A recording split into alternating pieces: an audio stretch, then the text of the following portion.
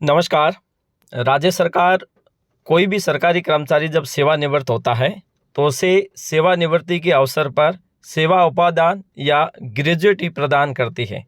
राजस्थान में राज्य सरकार के कर्मचारियों को सेवानिवृत्त होने पर वर्तमान में अधिकतम 20 लाख रुपए तक की ग्रेच्युटी दिए जाने का प्रावधान किया गया है 7वें वेतनमान के बाद में। इससे पहले इसकी सीमा 10 लाख रुपए थी।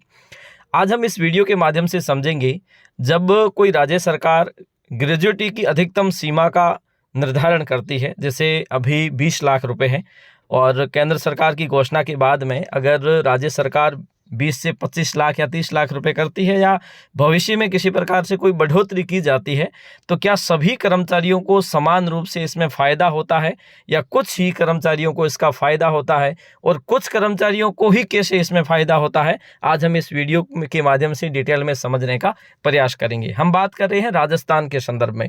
ग्रेच्युटी की गणना का आधार प्रत्येक राज्य सरकार का अलग अलग हो सकता है, केंद्र सरकार का अलग हो सकता है, और ग्रेच्युटी नियम जो 1972 है उसके अनुसार फॉर्मूला अलग हो सकता है। हम बात करेंगे राजस्थान सरकार में जो ग्रेच्युटी का फॉर्मूला है उसके अनुसार अगर कोई ग्रेच्युटी की सीमा बढ़ाई जाती है तो किसे ज़्यादा फायदा होने वाला है। तो चलिए शुरू करते हैं।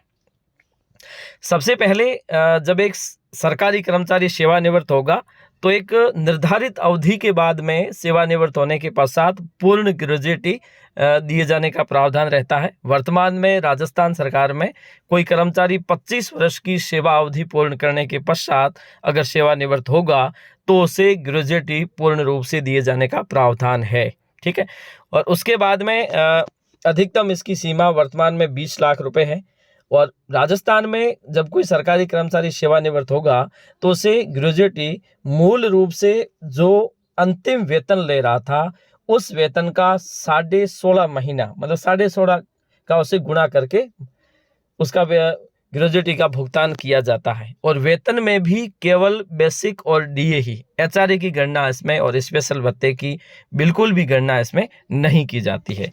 और अगर कोई 25 वर्ष से पहले सेवानिवृत्त हो जाता है तो उसे ग्रेच्युटी का भुगतान 16.5 महीने का न करके अनुपातिक रूप से किया जाता है और फॉर्मूले के माध्यम से उसका निर्धारण हो जाता है।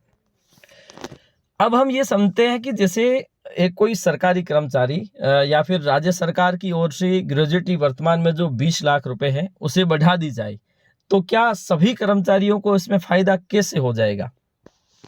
अगर सीमा बढ़ जाए तो मान लीजिए जैसे 20 लाख रुपए तक का भुगतान किस कर्मचारी को होने की संभावना है। जो कर्मचारी सेवानिवृत्ति के समय 1,22,000 रुपये 1,22,000 रुपये केवल बेसिक और डीए मिलाकर प्रति माह अगर सेवानिवृत्ति के समय ले रहा है तो ऐसी स्थिति में उसे सेवानिवृत्ति के समय 20 लाख रुपए का भुगतान किया जा सकेगा। अगर इससे कम 1 लाख रुपए भी ले रहा है तो उसे 16.5 लाख रुपए ही होगा। आप यूं समझिए कि जैसे ग्रेच्युटी की जब सीमा बढ़ती है तो ये इसकी अधिकतम सीमा बढ़ती है। इसका मतलब ये कभी नहीं है कि सभी कर्मचारियों को सेवानिवृत्ति पर 20 लाख या 25 लाख या 30 लाख रुपए मिलेंगे, बिल्कुल भी नहीं मिलेंगे। उन्हीं कर्मचारियों को इसका फायदा होगा जिनका सेवानिवृत्ति के समय अधिकतम बेसिक हो, अधिकतम वेतन हो। अगर ये कर्मचारी 1,22,000 रुपये प्रति माह लेता है बेसिक और डीए मिलाकर, और वो अभी सेवानिवृत्त हो रहा है तो 20 लाख रुपए लेगा।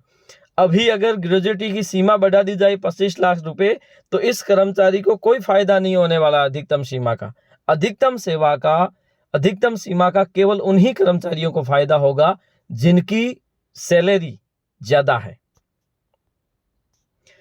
कहने का मतलब यह है कि जो कर्मचारी सेवानिवृत्ति के समय अधिकतम वेतन पाएगा वही ग्रेच्युटी का लाभ ज्यादा से ज्यादा ले पाएगा।